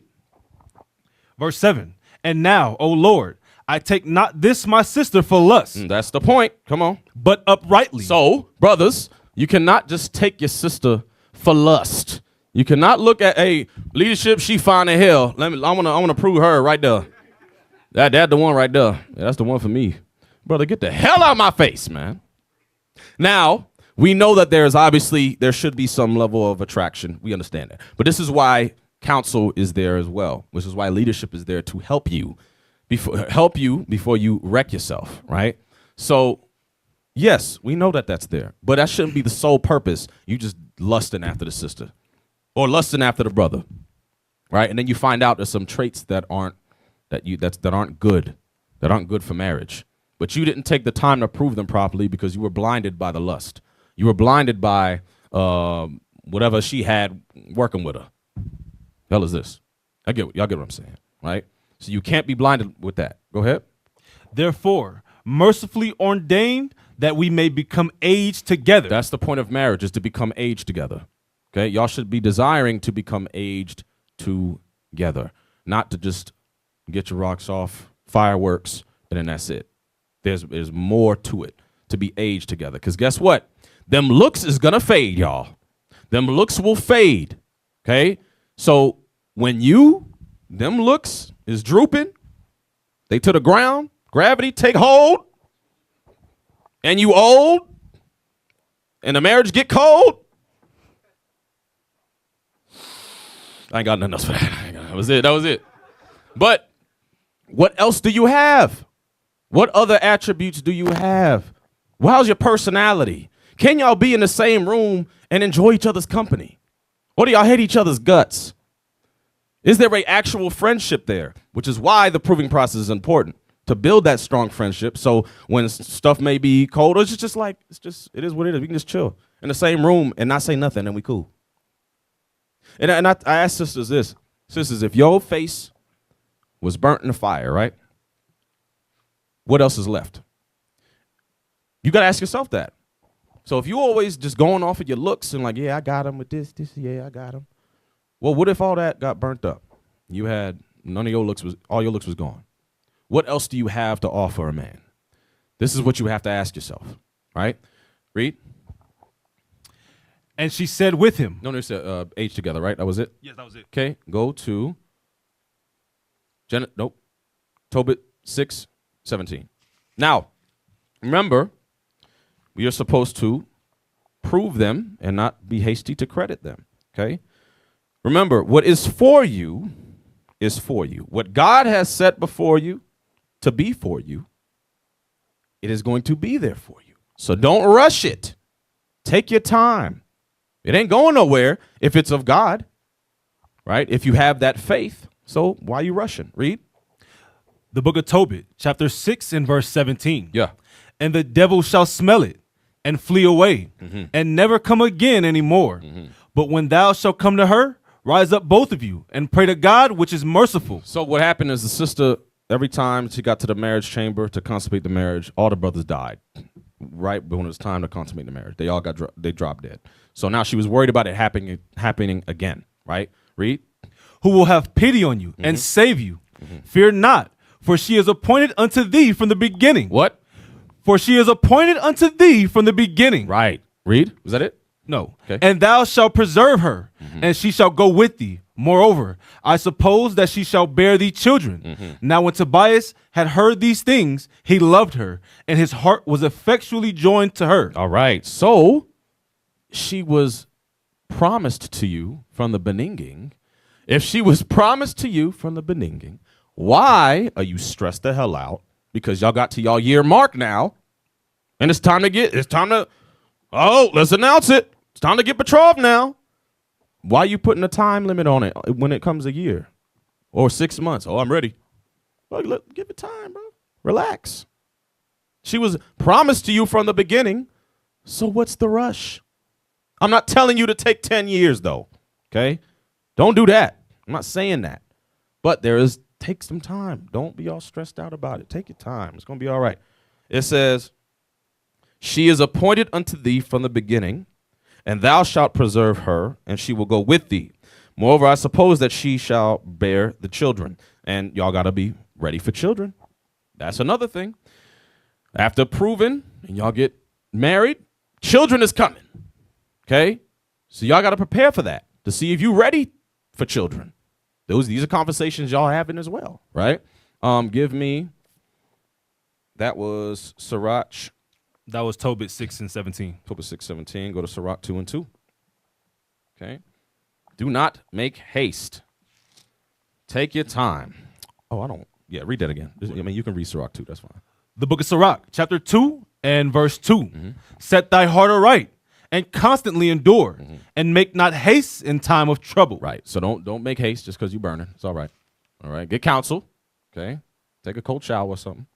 Go to Sirach 2 and 2. Go to 1 Samuel 25:39. 1 Samuel 25:39. And I'm gonna need a definition in a second. Shoot. Is there proven in the scriptures? Can we find that in You ready? the scriptures? Yeah. The book of 1 Samuel, chapter 25 and verse 39. Okay. And when David heard that Nabal was dead, he said, Blessed be the Lord that hath pleaded the cause of my reproach from the hand of Nabal, and hath kept his servant from evil. Read. For the Lord hath returned the wickedness of Nabal upon his own head. And David sent and communed with Abigail. He did what? He sent and communed with Abigail. He communed with Abigail. That is the word for proving. That's another word for proving is communing. Okay, communed. Read. to take her to him to wife. So, if you desire to have a sister to be your wife, you commune with her. You prove her. Find me that definition of commune or communing. Read on. Verse 40. And when the servants of David were come to Abigail to Carmel, they spake unto her, saying, David sent us to thee to take thee to him to wife. Right. So that is the process, but it starts with communing first. Go ahead. And then I want you to get Genesis 29:15.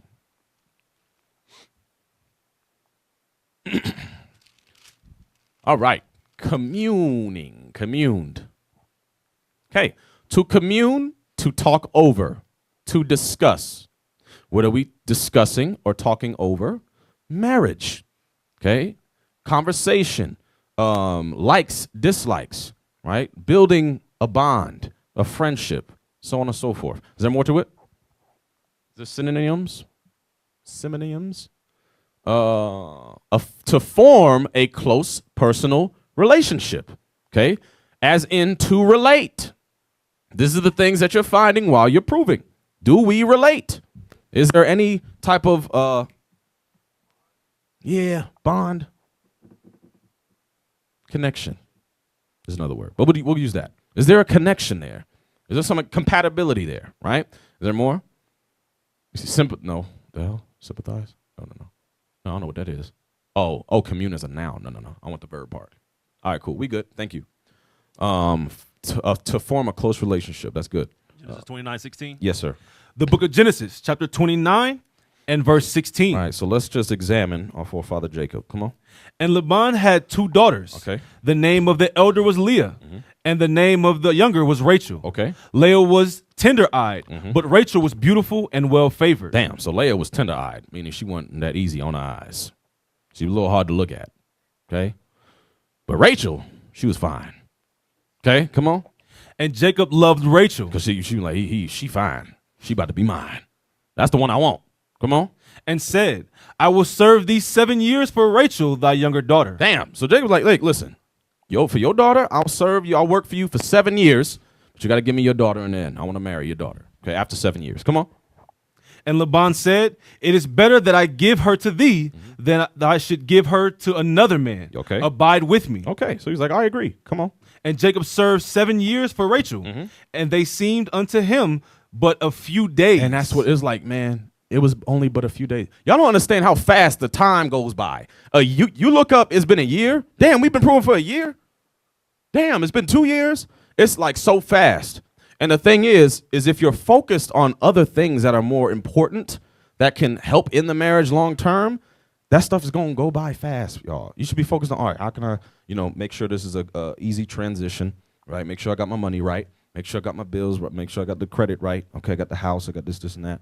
All right, I'm going to do this. What other plans? Y'all could be thinking about other stuff to do. What other travels can I make right now? Blah, blah, blah. These are things that y'all can do within that time to make it go by faster. And this is why y'all got to have a life. Brothers, you need a life. Don't be on the phone 24/7 with the sister. Sister, don't be on the phone 24/7 with the brother. Have a life, for God's sake. Help you. Help me. Help you. Help y'all. Because guess what? If you ain't got no life and you, where you at? Why didn't you text me? Oh, my God. It's been an hour. I'm like, oh, my God. Get the hell off my phone. I got stuff to do, woman. But brothers, y'all got to have a life about you. Have something going on, right? Have something going on with yourself, right? Sisters, too. So y'all not so wrapped up in a damn relationship. Have something going on. You have some offices that you can take care of. All right, do this, this, and that. Stay busy. The brother should be looking at that to see if you have a good report and you got something going on. Well, you editing a video, you doing this. Oh, you cooking for the school. All praises, sis. What you doing? I'm at a mission. I'm at a mission. I'm gonna talk to you later. What you got going on? Okay, what kind of projects are you working on in the school? Right, these are the things that you should be kind of paying attention to, not just oh man, oh you cute though. You look good. Yeah. Oh, man. Sister, you look good. I look good, too? She don't say nothing back? You ain't say nothing. Shit. You gonna say it back? I'm done. He needs some milk. Help him. Help her. The hell? Y'all just seeking validation and all kinds of weird stuff. Y'all just be weird. You know, brothers and sisters just be weird as hell. You know what I mean? You get a life. All right, go ahead. And they seemed unto him but a few days. Right, come on. For the love he had to her. Right, come on. And Jacob said unto Laban, give me my wife. Give me my wife, damn it. For my days are fulfilled, that I may go in unto her. And Laban gathered together all the men of the place and made a feast. Right. And it came to pass in the evening, and he took Leah his daughter and brought her to him. The hell? And he went in unto her. What happened? What happened, y'all? What happened? Oh, he's a cold. Bruh. Yeah, go ahead. So Josiah. What happened? Shalom, officer. He brought the other sister, the Damn! older one in. Damn, he brought the tender-eyed one. Damn, you wake up in the morning. What the hell is that? No, for real. That's what you woke up in the morning and you heard that. That's all you hear. That ain't Rachel. The hell? Read. And it came to pass in the evening that he took Leah his daughter and brought her to him. Yeah. And he went in unto her. Yep. And Laban gave unto his daughter Leah Zilpah his maid for an handmaid.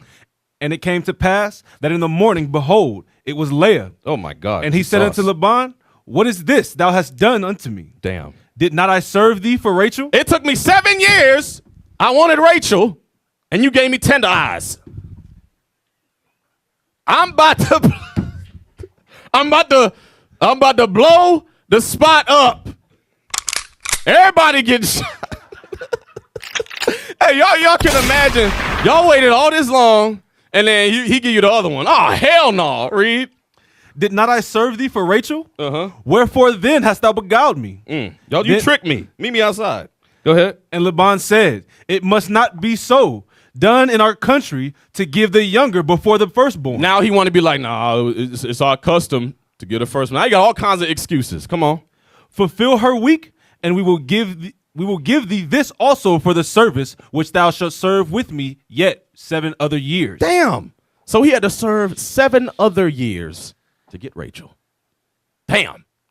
Now I'm not saying that. Make sure y'all don't do that. Obviously that ain't gonna happen now. But the point that I wanted out of there was he was willing to wait for the first one, 7 years, right? He was willing to wait. Okay, so he took time. Now if you read the history about it, because Rachel was bugged out, okay, but she was fine, but the attributes wasn't, right? Come on. Verse 28, and Jacob did so, and filled her week, and he gave him Rachel his daughter to wife also. Yeah.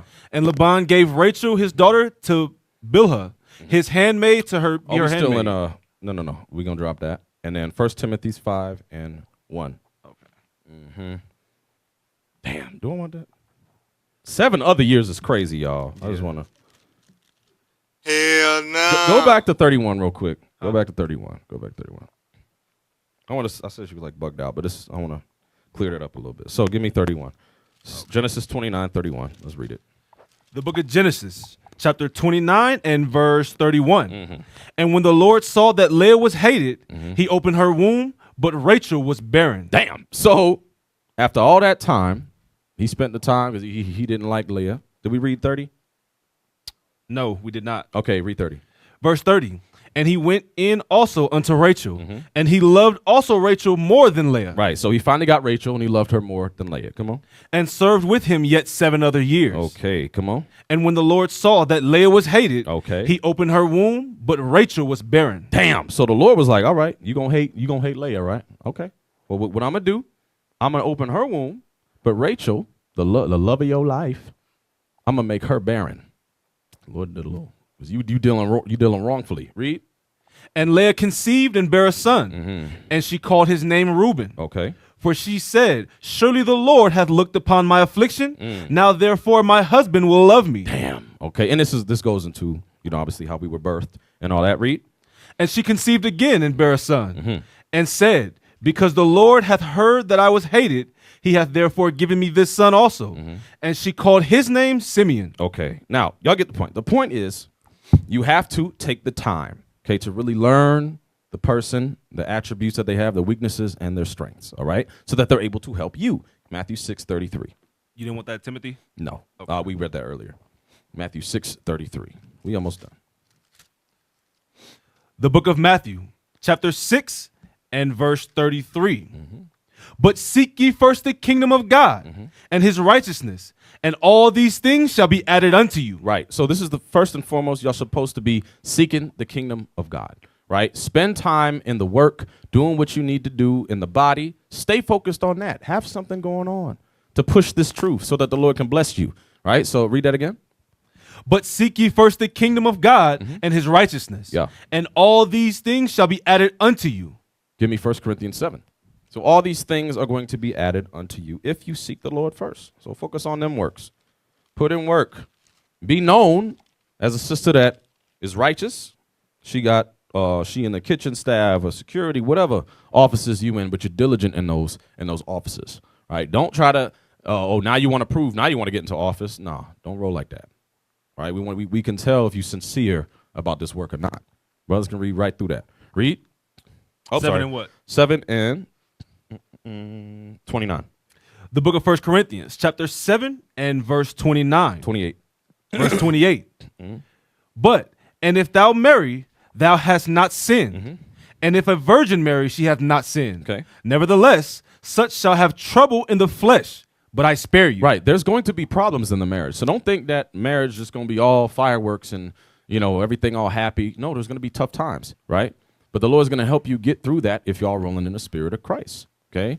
So there's going to be issues in marriage. So don't think you're going to prove and it's just going to be all great. No, this is why you have to count the cost to make sure you're even prepared to deal with those things. Read on.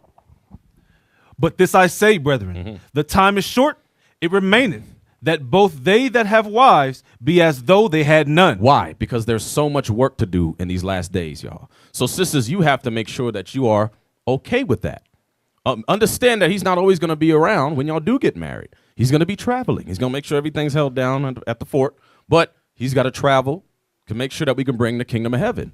Y'all sisters understand. Now y'all sleep. Y'all sisters understand. Brothers, y'all understand. Okay, read on. And they that weep as though they weep not. Read 32. Verse 32. But I would have you without carefulness. He that is unmarried careth for the things that belongeth to the Lord. Right. So brothers, make sure you focus on the work. Come on. How that he may please the Lord. Yeah.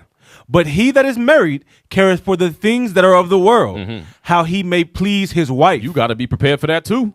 You got to date nights and gifts and all that kind of stuff, traveling, vacations. You got to be prepared for all that. Are you prepared for that? Right? Extra money. The hell? Extra bills. Shoot, kids. That's outside of this topic. But y'all get what I'm saying. Read on. There is a difference also between a wife and a virgin. Yeah. The unmarried woman careth for the things of the Lord. So single sisters, read. that she may be holy both in body and in spirit. This is what you're supposed to be doing before that brother comes to ask about you. You should be doing the things for the Lord.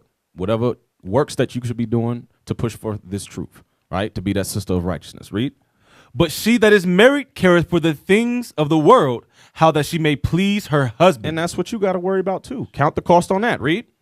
And this I speak for your own profit, that not that I may cast a snare upon you, but for that which is comely, and that ye may attend upon the Lord without distraction. Right. So the point that Paul was making is that, hey, it's okay for y'all to get married, okay? But just understand it is a distraction. It is a distraction from the work of what needs to be done, okay? Now, I've not met very much eunuchs in the truth. So brothers may say, oh, I'll be a eunuch for the kingdom's sake. Okay, why you got all that lotion in the back? What's going on? Stop the cap. What's the hell? That was crazy. But you got all that lotion in the back. What's that about? But you're gonna be a eunuch for the kingdom's sake. All right, bro. Get married, bro. Stop playing games. Okay, so some can receive that saying and be a eunuch for the kingdom's sake, right? Mostly like older brothers, right? Some just don't want to do it anymore. Older sisters, nah, I don't want that no more. I'm good, right? But be able to do it. If you want to be a eunuch for the kingdom's sake, do it wholeheartedly, right? Read. No. Proverbs 18:24. Proverbs 18:24. So, the book of Proverbs, chapter 18 and verse 24. A man that hath friends must show himself friendly, and there is a friend that sticketh closer than a brother. Right. So, brothers, you got to have a good personality. You got to be friendly as well. Okay? When you proving a wife, you got to have some kind of personality, some kind of swag. You know, you got to have something about you. You know what I mean? You can't just be all weird like I said the last class, you know? You can't be just a weirdo and you just meep, you know, like the meep on SpongeBob, meep. Like, you got to be, you know, meep. Sister like, what is that? The hell? Brother weird. I don't think this is going to work, leadership. This brother weird, you know? But you got to show yourself friendly, and that comes with, you know, learning how to be personable. You know, you have some type of personality. Damn. No, but, give me Sirach 6, sister. Hey, did you read this scripture? Did you read that breakdown? Oh man. Oh my God, bro. You is corny, bro. Oh my God. Oh man. Brother's gonna be Yasharala with the sister. Like, come on, bro. She's not a brother. Okay. It's not gonna be the same, you know, type of relationships. You know. Give me Sirach 26:23. Sirach 26:23.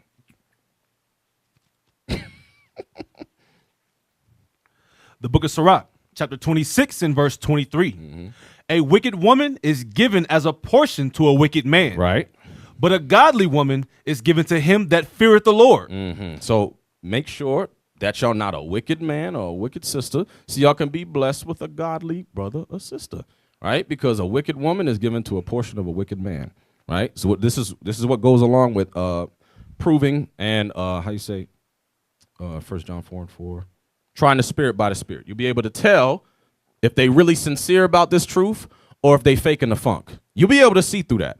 There'll be red flags and spiritual. If you studied and if she studied, y'all should be able to see. All right, he not applying this or that. I don't like this attribute. All right, she not moving right. Okay, she not moving right. You'll be able to pick out certain things, okay? If you're looking at it in a spiritual eye. Now, go to Sirach 13:16. And, you know, you also got to watch her circle. Watch who the sister hang around. You know what I mean? She, single sister, she's looking for marriage. Is she always around young single sisters? She ain't hanging out with no married sisters? She be asking them. That should be her. You know, she should be growing up into that. I'm like, all right, sisters, I know you young now, but I'm trying to get married. I'm trying to get married, so I'm gonna go speak to these married sisters to tell me how to keep a man. Right? That's how you got to watch for that too. Go ahead. You want to start at 15? Yeah. Every beast loveth his like. The book of Sirach, chapter 13 and verse 15. Yeah. Every beast loveth his like, and every man loveth his neighbor. Okay. All flesh consorteth according to kind, and a man will cleave to his like. Right. It says a man will cleave to his like. So sisters, whoever you hang around, it's about 80% sure that's who you are. So whoever you surround yourself with, that's the same attributes you have. Okay? Don't be hanging around a bunch of worldly people. You don't know nobody in the body. Okay? Don't do that. All right? You got to be around those of understanding. Okay?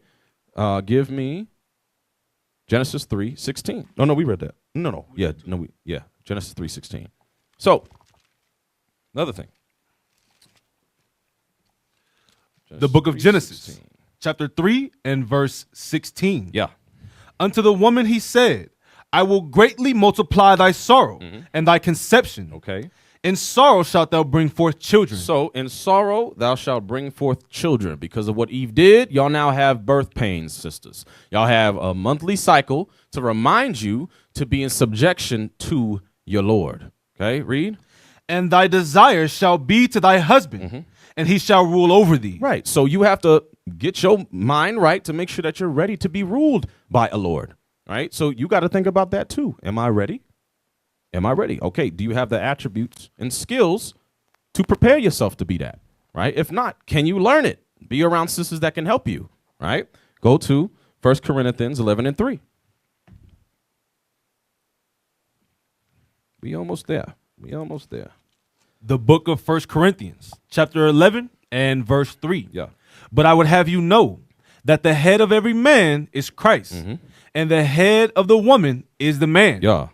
And the head of Christ is God. Right. So this is the order and the structure of the household. So sisters, you must wholeheartedly understand the structure of the household as well, that the man is over you. Right. And I keep repeating it because in this world, it's not easily known as that. There's, it's 50-50 in marriage. Oh, no, the woman's over the man. She wear the pants in a relationship. We've seen this in our families. Who run the household? The damn wife. And the man's right behind her following her with his tail tucked. Go to 1 Timothy 2 and 15. The book of 1 Timothy, chapter 2 and verse 15.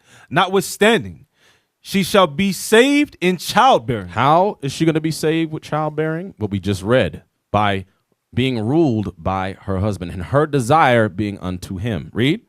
If they continue in faith and charity Yeah. and holiness with sobriety. Give me 1 Peter 3 and 6. Last couple scriptures. The book of 1 Peter, chapter 3 and verse 6. Even as Sarah obeyed Abraham, calling him Lord. Doing what? Calling him Lord. So you want to get to the point, sisters, in the proving process where you're like, you know what? And this may be a year, 2 years. You're like, okay, I see this brother as a Lord. I see him. I can really submit to this man, right? I really see the God in him. I see Christ in him. I'm ready to talk to leadership. We're ready to talk to leadership. Well, he's probably going to make that decision. But you should be in your mind thinking about, all right, I can do that. I can see that in him, right? And brothers, you should be thinking like, all right, I see this sister as a godly woman. She's showing those good attributes of being coachable, teachable, right? She's kind, right? She's important. She's kind. Y'all know what I'm talking about. You was kind. You was important. The hell. But these are the things y'all need to be looking at, right? To see if she fits the bill. So that you're like, you know what, leadership, this going to be my wife. I'm ready, right? She's the one. And then you make it happen. That was what, 6 to 9? Read the 9. Okay. Even as Sarah obeyed Abraham, calling him Lord, Yeah. whose daughters ye are, as long as ye do well and are not afraid with any amazement. Come on. Likewise, ye husbands, dwell with them according to knowledge. Remember this, brothers. You want to prove a wife or prove a sister to be a wife, you got to be able to dwell with them according to knowledge. The scriptures. Come on. Giving honor unto the wife as unto the weaker vessel. Okay. You got to understand she emotional as hell. She's a weaker vessel. She was built different, right? She think different, everything different. Come on. And as being heirs together of the grace of life, that your prayers be not hindered. And that's the point. Y'all got to understand that this is teamwork. Okay. We work together. Right, so you got to have that type of bond where it's like it's not me against you, it's us against the damn devil, because he gonna try to interrupt that marriage when it start. So y'all got to come together, make sure you're able to solve issues, solve problems, right? Conflict resolution, be able to communicate effectively. These are all the things that y'all need to be looking at while you're proving. Read. Finally, be ye all of one mind, having compassion one of another. Okay. Love as brethren. Yeah. Be pitiful. Be courteous. Right? Be courteous to the wife, right? Don't be all lying in the house, right? Come on. Not rendering evil for evil. Okay. Or railing for railing. You always arguing. You don't want that type of marriage. We always arguing back and forth. It's always a problem. There's no peace in the house. The scriptures, there's so many scriptures that I miss. But the scripture says God has called us to peace. There ain't no peace in the house. Why? You should want a peaceful house. If God brought it together, it's supposed to be peaceful. Read. But contrariwise blessing, knowing that ye are thereunto called, that ye should inherit a blessing. Give me Proverbs 18:22. Proverbs 18:22. Last two scriptures. The book of Proverbs, chapter 18 and verse 22. Whoso findeth a wife findeth a good thing, and obtaineth favor of the Lord. Right. It says, whoso findeth a wife findeth a good thing. Hey, another scripture says that she is your portion in this life. That's about all we going to get in this life is a wife, some kids, that's about it. That's about a house maybe. Ain't nothing really else out there for us. That's about all we getting in this life, right? So we got to learn to be able to appreciate that, right? Read that again. Whoso findeth a wife findeth a good thing, and obtaineth favor of the Lord. Give me Proverbs 22:1. Last thing I'll leave you. This is really a part 2 kind of thing. Like, there's so much involved with the proving process, but I tried to just touch a few different topics, okay, all wrapped in one. But last one.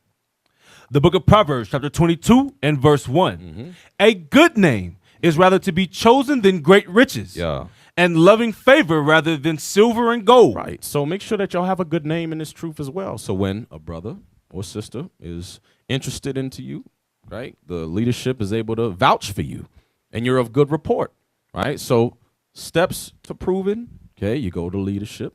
Well, first of all, you get yourself right. Get your house in order, brothers, okay? Make sure that you prepare for that. Go to leadership, okay? Commune with the sister, prove, okay? Go back to leadership or her father. I'm ready to do it. Make it official. You announce the betrothal, right? And which is engagement, okay? You announce it to the nation. We are betrothed. We're promised to marry. And then you consummate the marriage at the wedding feast, okay? You have the wedding feast first, and then you consummate the marriage. Get them papers. Amazing bomb. You get the papers, wedding feast, consummate the marriage. Okay? Y'all understand? Yes, sir. All praises. And with that, that is the class.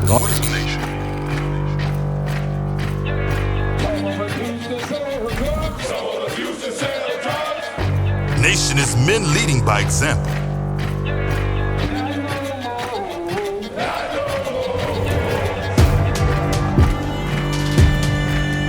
Nation is family.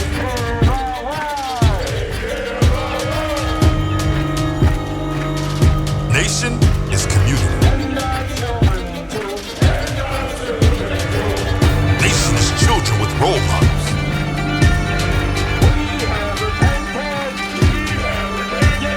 Nation is unity.